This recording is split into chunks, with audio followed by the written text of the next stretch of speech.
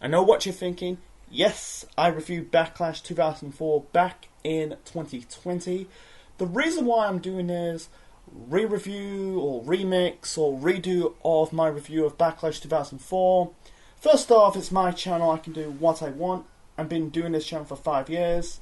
Secondly, the WWE Network is shutting down most of the world next year because Raw's moving to Netflix. And three, it got me thinking, let's re-review a show I done. You know, it's nothing new. It's something different, you know. And because last month marks the 20th anniversary of this Backlash show. By the way, if you haven't saw my original review of Backlash 2004, the link of the original review of the show will be in the description below. So yeah, Backlash 2004. And by the way, it might not be a classic WWE show I reviewed in the past, because I've been doing it for 4 years, by the way. I might re-review or redo a WCW show I reviewed in the past. Anyway, so Backlash 2004. Traveling back to the 18th of April 2004. This is the first Raw exclusive Backlash show, because they've been doing brand exclusive pay-per-view for 1 year since they started doing it in 2003. The first one was Bad Blood '03.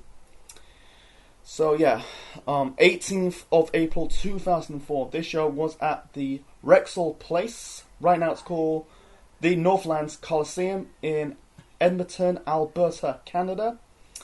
So this is the first Backlash pay-per-view to take place outside the United States of America. And the next time they'll do a Backlash show outside the USA will be Backlash 2023, 19 years later, in San Juan, Puerto Rico. It's funny, like, they just done Backlash 2024 in France. You have to wait in a couple of days of my review of the 2024 edition of Backlash. But yeah, it's something new of doing a show outside of America. So yeah, this show is memorable for the breakout performance of Randy Orton versus Mick Foley in that hardcore match for the Intercontinental Championship. Like I said, this is the first Raw branded Backlash show. First of three, actually, until they decided to drop the not brand exclusive pay-per-view concept, you know, and just go back to doing a duo branded show in 2007, 4 years later. So anyway, and also this is known for the WrestleMania 20 Triple Threat match for the World Heavyweight Championship. Chris Benoit, Triple H, and Shawn Michaels. And also, I've been watching a little bit of Raw, the build-up to this show. Not all, but some. You know, to get more of the insight, why, to A to Z, you know. For me, I don't really watch, like, Raws and Raws, Nitros, you know, when I'm preparing for reviewing a classic pay-per-view, whether it's WWE or WCW. Yeah, I did review some classic Raws from 97, part of my 1997 WWF 25 years later arc. Go and check it out, but I never do that, you know. It's just like to save some time, but I wish I just wanted to start doing this, you know, watching Raws or SmackDowns or Nitros, you know, to get more why they've been feuding, you know, of the hindsight, something like that. So anyway, so like I said, so this was at the Rexall Place, Edmonton, Alberta, Canada, 18th of April 2004. The attendance of the show was 13,000. Backlash '04 drew about 295,000 pay-per-view buys. Downgrade than the previous year's Backlash show. That show drew about 345,000 pay-per-view buys. The main event was Goldberg's first match in the company against The Rock. Yeah, and I think you know, and then the commentators for Backlash '04, we got JR and The King. Yeah, and also this is the first pay-per-view after the WWE draft, you know, the draft lottery. It was It's the first time they did it since the first one back in 2002, when they decided to do a brand doing the first brand split. They did it again 2 years later. We should just go back doing draft lotteries once every 2 years instead of doing it every year, man. I think the concept is just run its course. I might do a video on it soon, but stay tuned for that. But anyway, so it was this was the first pay-per-view after it's not just the first pay-per-view after WrestleMania 20. It was the first pay-per-view after the WWE draft. So let's do the quick result on Heat. Val Venus defeat Matt Hardy. So the first match to kick off Backlash 2004, we got Shelton Benjamin taking on Ric Flair, represent Evolution. This is Shelton Benjamin's first Raw branded pay-per-view appearance since he got drafted to SmackDown, because he was on SmackDown, part of the World's Greatest Tag Team with Charlie Haas, and then they split up via the draft. Shelton Benjamin drafted to Raw, Charlie Haas remained on SmackDown, and the highlight for Shelton Benjamin's debut on Raw, or his career on Raw, was beating Triple H not once but twice. That was a big deal because they're really putting the eggs on this Shelton Benjamin basket. Yeah, in hindsight, it never panned out really good as a main event star. He went on to become a mid-card champion, becoming the United States champion, and Intercontinental champion throughout his first run in the company. But being Triple H at the time for Shelton Benjamin twice was a big deal. This match was good. Some people give it like 2 stars, I'm not saying this is like an instant classic, It was a decent opener to kick off the pay-per-view. It's basically young versus old. Both Flair and Benjamin's styles are completely different. Like Benjamin is the high flyer, the athletic guy. Flair is just one-dimensional. He does the chops, taking down his opponent's legs, whether it's like headbutt it, the legs, or just punch in the back of the leg, to set up the figure 4 leg lock, does the finger, he does the cowardly position, the eye pokes, whatever. So, I think the kind of click in this match, it was a really fun match to watch, I'm trying to keep it short and simple, folks. So, in the end, Flair's trying to knock out Shelton Benjamin with the knuckle duster, but I think Benjamin did like a splash onto the corner onto Flair, and Flair's like the knuckle duster kind of fly out of Flair's hand. In the end, Benjamin hit like a crossbody for the win. So yeah, it was a good win for Flair. It's a good It's a good win for Shelton Benjamin because this is really a big deal because ever since he got dragged via SmackDown, being Triple H, you could say the top heel on SmackDown, the top heel on Raw. But it's not just the top heel on Raw, but the top heel in the company. And, now beat a legend like Ric Flair, I think he did use a knuckle duster. Like I said, I saw bits of Raw leading up to my re-redo of this show, but not too much. But, not all of the show, but, I feel like Shelton Benjamin getting the win was the big deal. Because, they're putting the eggs in the Shelton Benjamin basket. He went on to win the Intercontinental Championship later on in the year. So yeah, I think it was a good match. I don't really do match star rating. I could probably get 3 stars. It was a decent opener. So let's move on to the next match. So the next match we've got Jonathan Coachman taking on Tajiri. Wow. Why did they put this on a pay-per-view? Well, at the time you spend a lot of money. It happened weeks ago when Tajiri sprayed the green mist in the face of the coach, and then the coach cost Tajiri a match against Christian, leading up to this. And also Tajiri fought the ninja, some kind of masked ninja that's basically Al Snow in disguise, because at the time Al Snow was not really doing anything. Yeah, this match sucked. It didn't really outstay its welcome. It was 6 minutes long. The coach, coach is not really a wrestler. He was a ring interviewer, occasionally a commentator. he's basically throughout his first run in the company, a personality on day-to-day programming. He kind of worked on the legs of Tajiri. One more of the match, he was going for like the buzzsaw kick, the roundhouse kick. Coach got out of the way, and Tajiri, clicked his leg on the ring post, and then the coach worked on the leg of Tajiri, stopping his kicking repertoires, I'm trying to say. In the end, he got the victory after Garrison Cade, that is Lance Cade, by the way, kind of like cheap shot Tajiri. Coach rolled up Tajiri for the win, so didn't do anything. It's just like, why you put this on a Raw, really not Raw, but why you doing this on a pay-per-view at the time you spend a lot of money? I feel like it's a match probably seen on Raw. That's a problem doing these brand exclusive pay-per-views, whether it's the first brand split or the second brand split. I feel like you seeing a match that belong on a Raw, SmackDown, or Heat or Velocity, not on a pay-per-view. Like I said, you spend a lot of money. So the next match, we got Chris Jericho taking on Christian and Trish Stratus in a handicap match.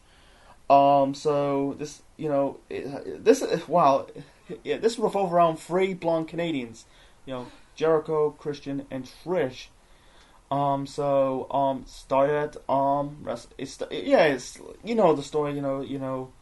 Christian, Jericho trying to bet which one's gonna have sex with Lita and Trish with $1 Canadian, and then had the battle of the genders or sexist match at Armageddon, and Jericho starting to have feelings with Trish, and then Christian become the third wheel, attacking Trish Stratus, lock Trish with the walls of Jericho.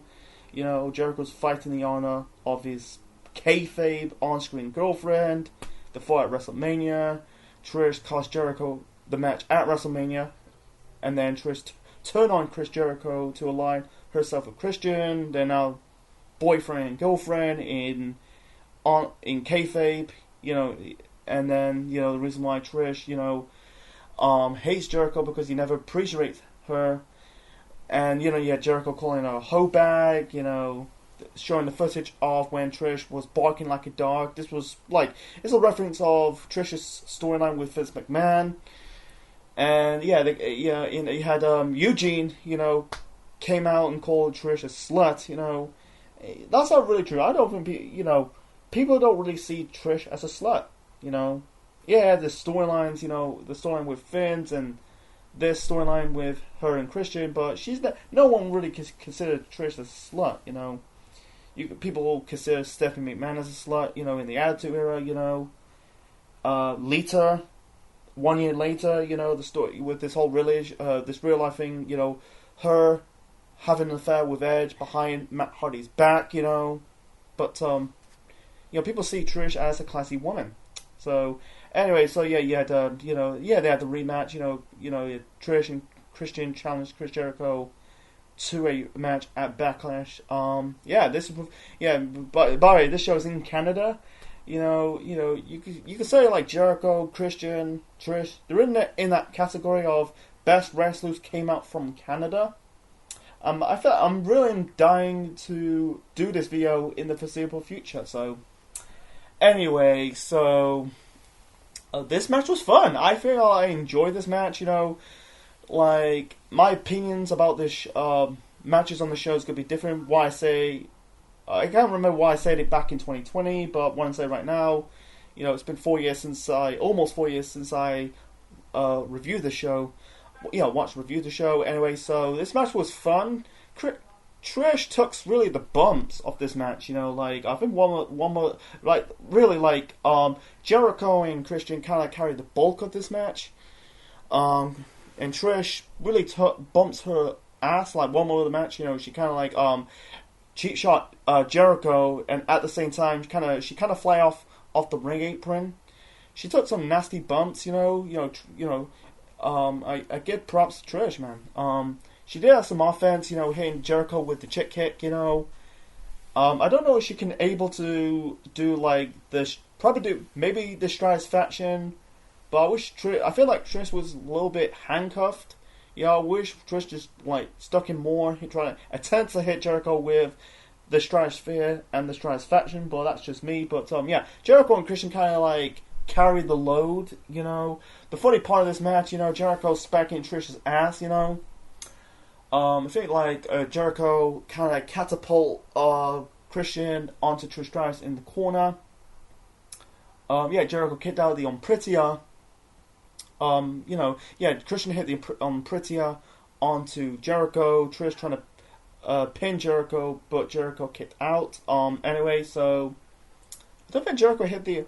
I think Christian kicked out or counter the Lion Salt attempt by Jericho. Anyway, so Jericho got the victory. It was a right decision, you know, because Jericho lost to Christian at WrestleMania 20 the previous month. Now he's got his win back at Backlash. It was actually Izagiri, man. He hit Trish with the Izagiri for the win. So I'm trying to remember. It's been 2 days since I re-watched the show. My memory is a bit faded. You know, it's been 4 years since I reviewed the show, like I said. But yeah.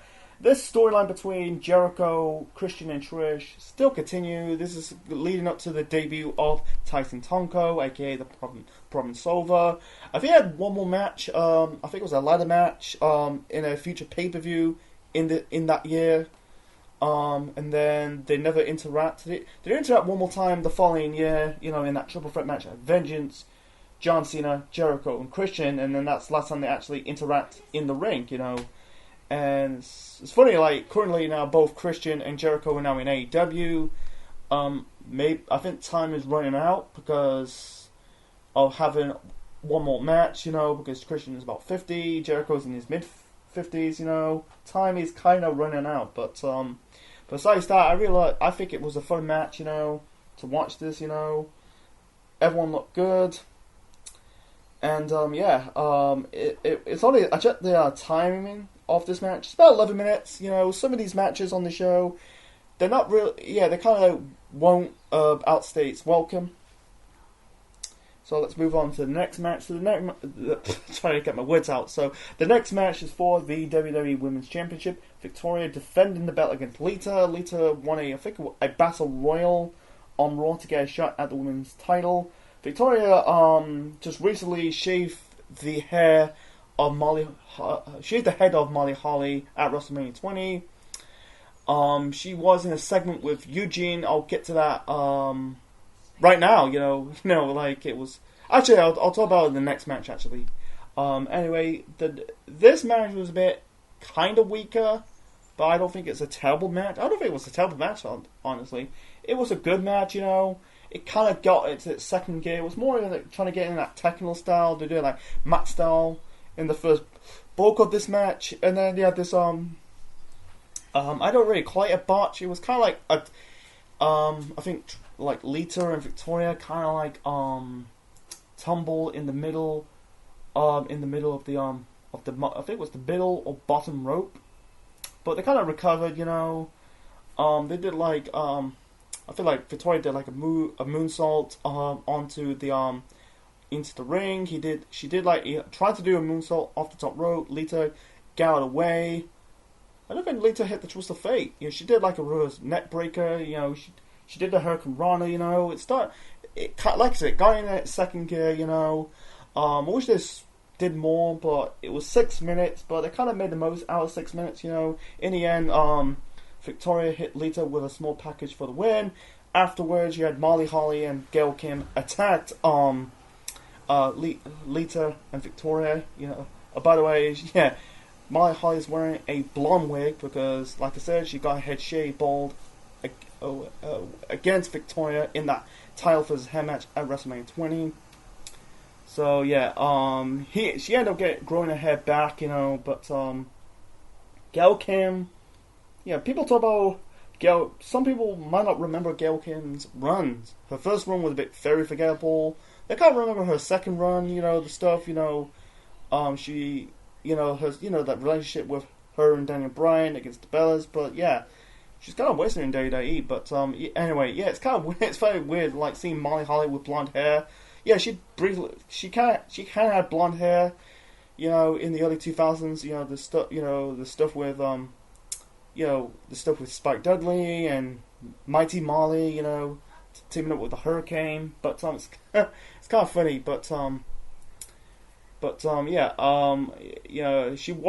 Her and Gail Kim was in a segment with Eugene on this show. And by the way, Eugene debuted, I think, a couple weeks back. He is the kayfabe nephew of Eric Bischoff, the Raw Jim at the time. He was reading like a magazine, maybe a WWE magazine or Playboy magazine. He accidentally got into the women's locker room, saw Molly Holly and Gail Kim probably getting undressed. Regal came along. Oh, this is Regal's first pay-per-view appearance back. He had a threatening heart condition, a heart parasite, because he got that parasite when the company toured in India. And how the hell he's still alive? Regal kind of cheated, escaped death multiple times. I think he had a bleed in his brain. I don't want to get into it, but it was kind of funny. I think Eugene's a bit underrated. I'll get to more of Eugene shortly, because it's not last time I see Eugene on this show. And let's move on to the match of the night. Hardcore match for the Intercontinental Championship. Randy Orton defending the belt against Cactus Jack, aka Mick Foley.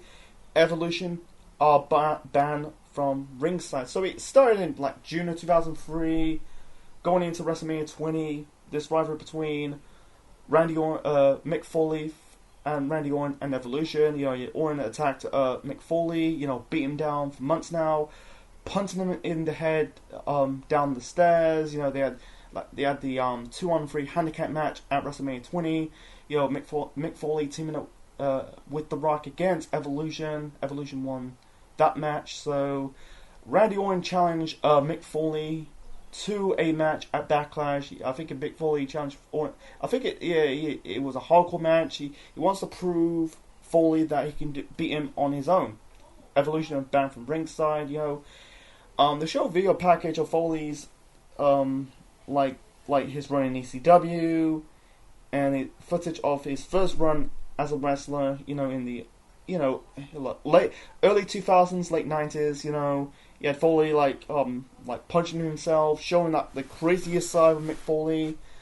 I watched Foley's podcast, the build-up of re-review this show, and he said the original, it was a plan to have Orton wearing a hockey jersey or hockey attire coming out to this match, but they kind of scrapped it because of it could make Orton look ridiculous, He came out wearing the Evolution t-shirts, without the sleeves. He carried a trash can.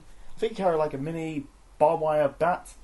Anyway, this was Mick Foley's first one-on-one singles pay-per-view match, or singles match, for 4 years. He had his first match for 4 years at WrestleMania 20, because he retired after Mania 16 in that fatal 4-way match. He became an on-screen authority figure.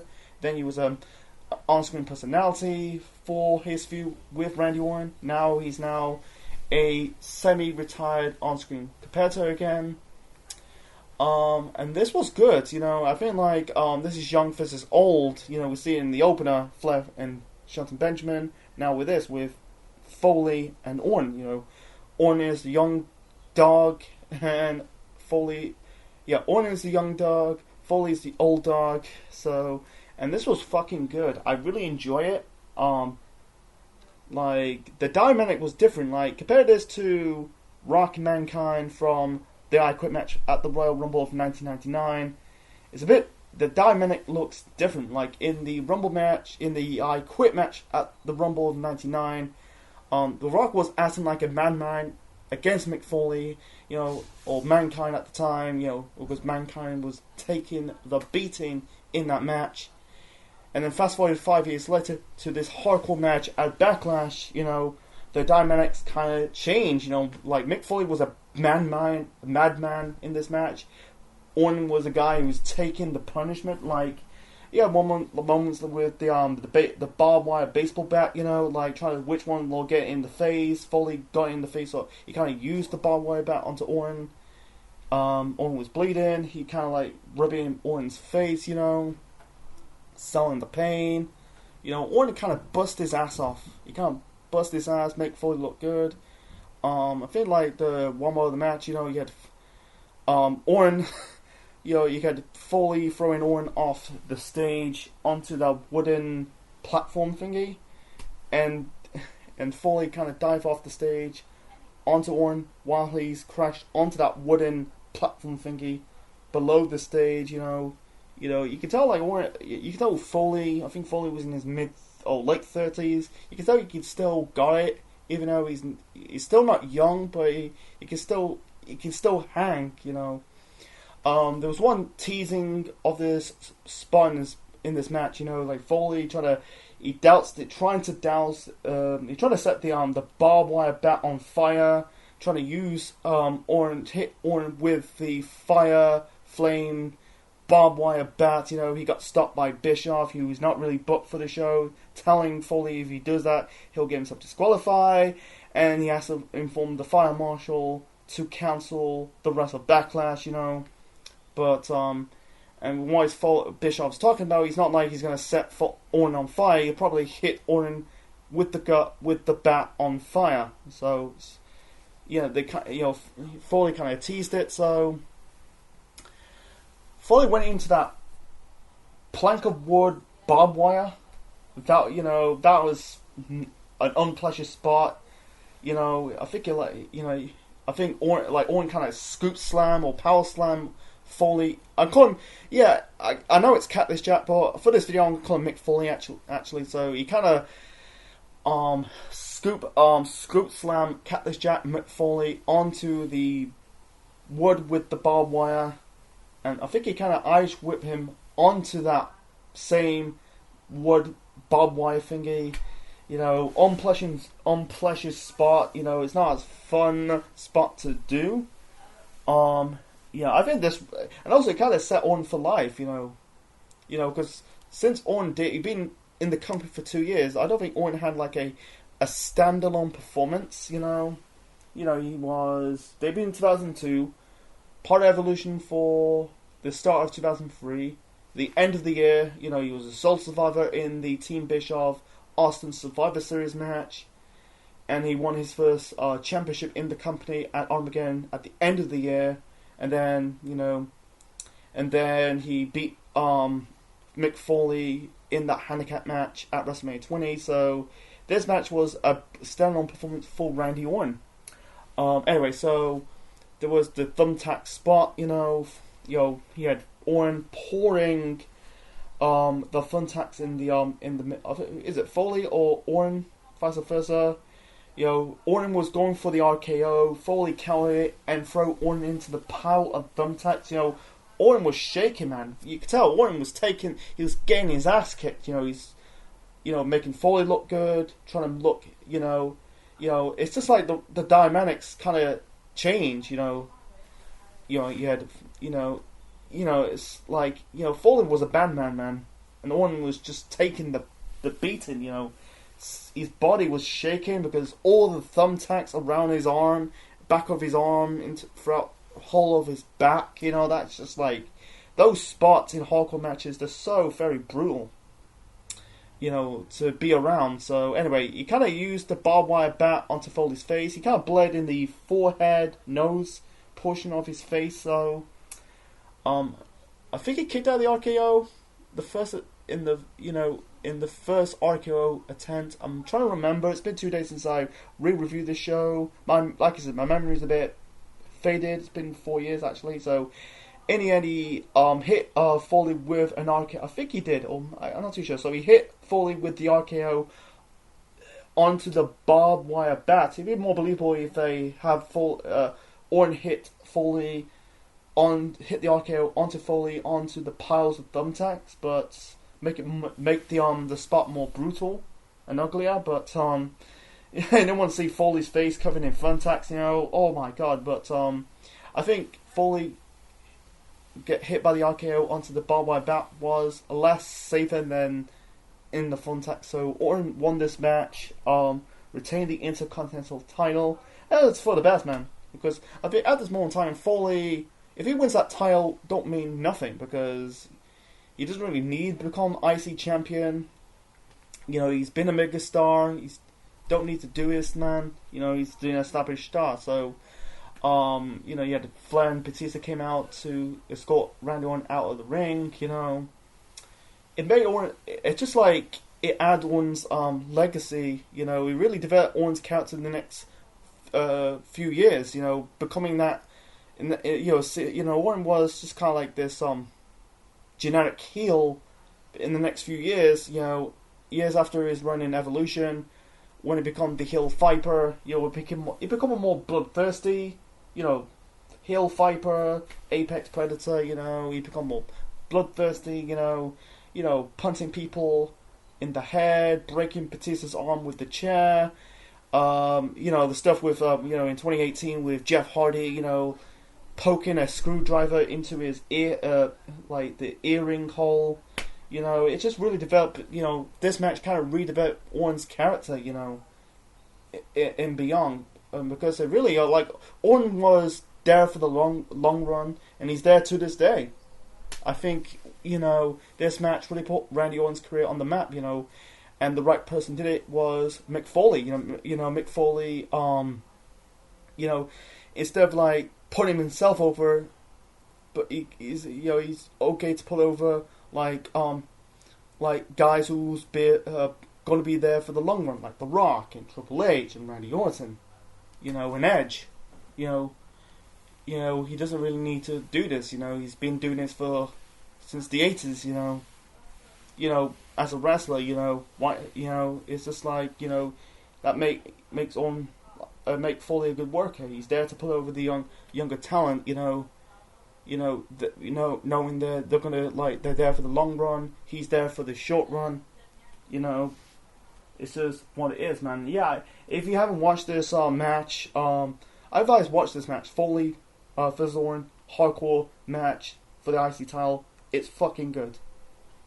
You know, and Foley said in Orton, I think it accomplished the box of Orton beating Foley by himself. It was a right decision. Beating him without relying on his Evolution buddies doing the job. So yeah, I think it accomplished and ticking the box. You know, you can tell like they're really putting the eggs in the Randy Orton basket. You know, we're not going to talk about his world title win. That'll be in a future video. So anyway, let's move on to the next match. Try to keep it short and simple. So the next match we got the Hurricane and Rosie taking on Rob Conway and Sylvain Grenier of La Resistance. This was added to the last minute, you know, on the Heat. You know, it was announced on the Heat.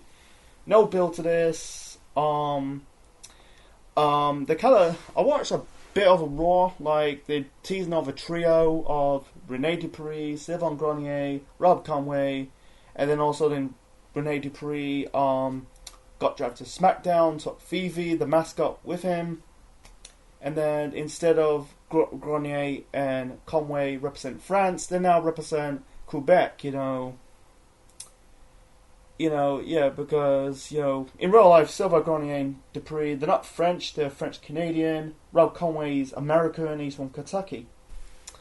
Anyway, so this match sucked. It sucked, man. I was really not interested, man. It was kind of like a match you probably see on Raw. It was kind of mediocre. Eugene did not help this match. It's good to see Eugene. I think the one person congratulate Nick Desmond to be called up to the main roster was The Rock. I think his gimmick, being this autism guy, he come up with the whole idea because he got frustrated because he's getting rejected or getting called up to the main roster. He made it good. I think Nick Desmond made the Eugene character popular. He got some buzz. Even though it's a bad character, he made it most for what it is. But him appearing in this match did not do any favors. He kind of messed around with the Quebec flag, running down the ring, running down the ropes in the ring, did not help. In the end, Hurricane Rosie got the victory. Regal trying to get Eugene out of the ring, and that was it. So it's kind of meh. I'd rather scrap this match. The two matches I'd rather scrap was Tajiri versus the Coach and La Resistance versus Hurricane and Rosie. It's just basically just filling up the card. I feel like there's you know, it's just like, you know, why? I don't want to get into it, man. I'm losing a bit of brain cells, man. Anyway, next match we've got Edge versus Kane. This is Edge's first match since he came back from the neck injury. He came back, I think it was the Raw after Mania. His first broken back was against Kane. I think Edge has suffered like a wrist injury or an arm injury. You know, Kane like on Raw trying to threaten to break it. So the match was okay. Try to keep it short and simple. Okay match. Like, one more of the match, yeah, Kane trying to break the or re-injure the injured arm of Edge, you know. Edge got some buzz in Canada, you know, he's the home country guy. But it's funny, like, months later when SummerSlam was in Toronto, he'll get booed. I think it has to do with his character was getting stale, you know, and this is months before he became the rated R superstar, Edge. Anyway, so in the end, Edge hit Kane with his cast, and him with the spear for the win. Nothing special, it's just like showcase Edge's first match back since the injury. And I think Kane went on to have this lengthy storyline with Lita, you know, and lead up to the pregnancy storyline and Gene Snitsky. And, you know, it's just like, yeah, Kane's going to have a busy 2004 compared to 2003. Ever since he unmasked, you know, Dominant Monster to this storyline with Snitsky and pregnancy and Lita, you know. I don't want to get into it, man. It's just what it is.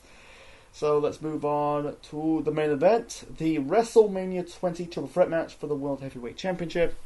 Chris Benoit, the champion, defended the belt. The hometown boy, by the way, defended the belt against Shawn Michaels and Triple H. Benoit won the World Heavyweight title against Triple H and Shawn Michaels, making it Triple H tap out with the triple crossface. And then you had this Raw, when they did the draft, you know, Triple H was drafted to SmackDown, you know. That was part of Paul Heyman's worksheet promo at 1xTen05 the following year. Yeah, Triple H doesn't work on Tuesday. It got me thinking if Triple H went to SmackDown, because SmackDown needed a top heel because Brock left the company. And if Triple H went to SmackDown, would JBL get that push and run as WWE champion? We don't know.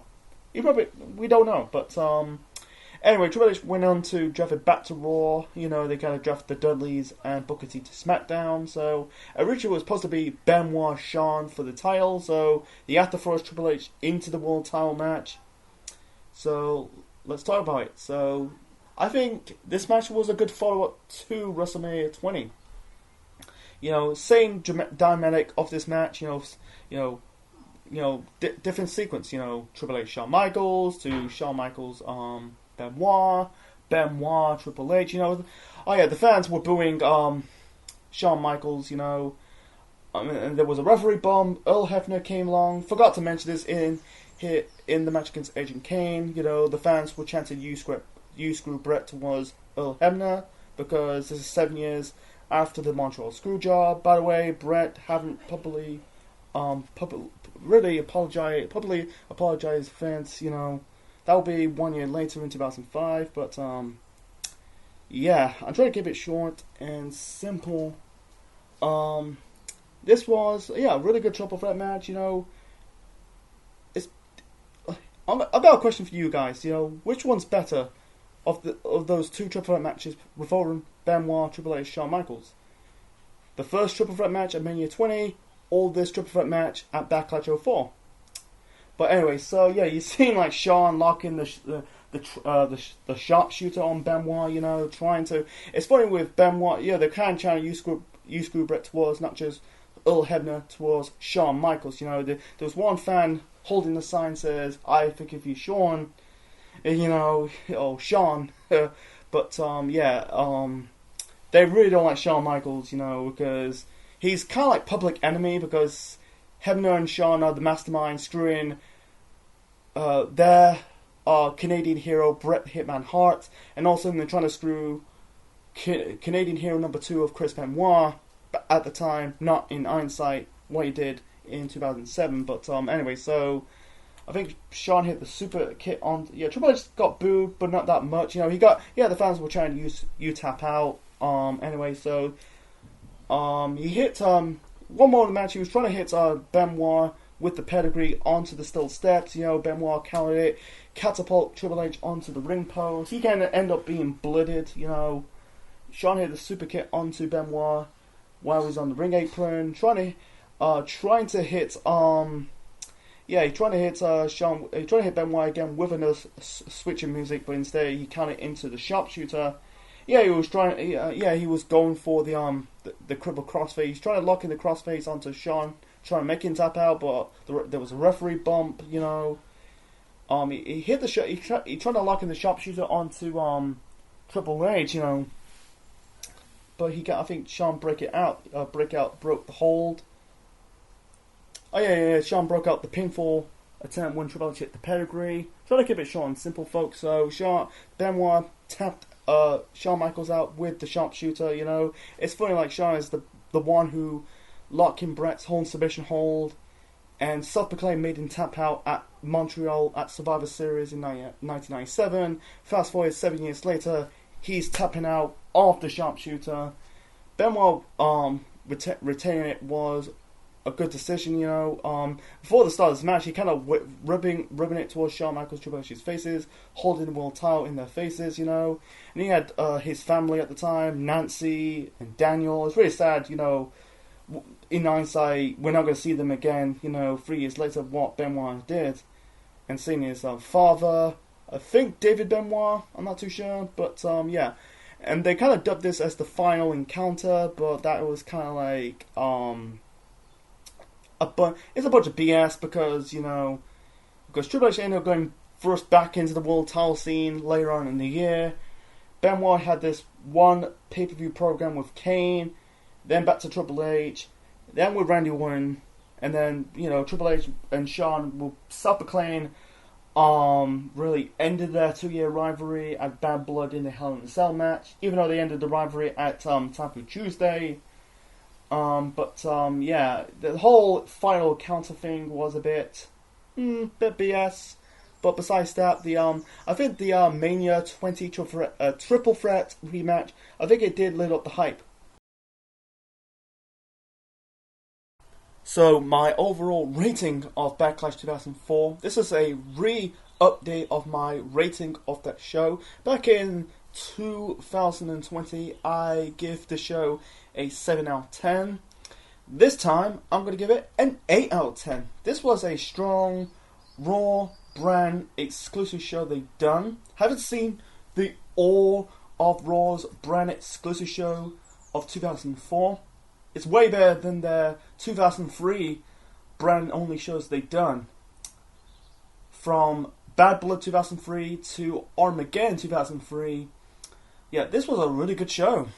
The only two matches in the bad for me, La Resistance versus Hurricane and Rosie. It's just like, why they put this on a pay-per-view. Same as Coach versus Tajiri. Edge versus Kane in the OK. It was an okay match. It's better than, La Resistance versus Hurricane and Rosie and the Coach versus Tajiri. It was an okay match. It was just showcasing Edge's first match back since the neck injury. But the good is the good. I like the opener. Shelton Benjamin versus Ric Flair.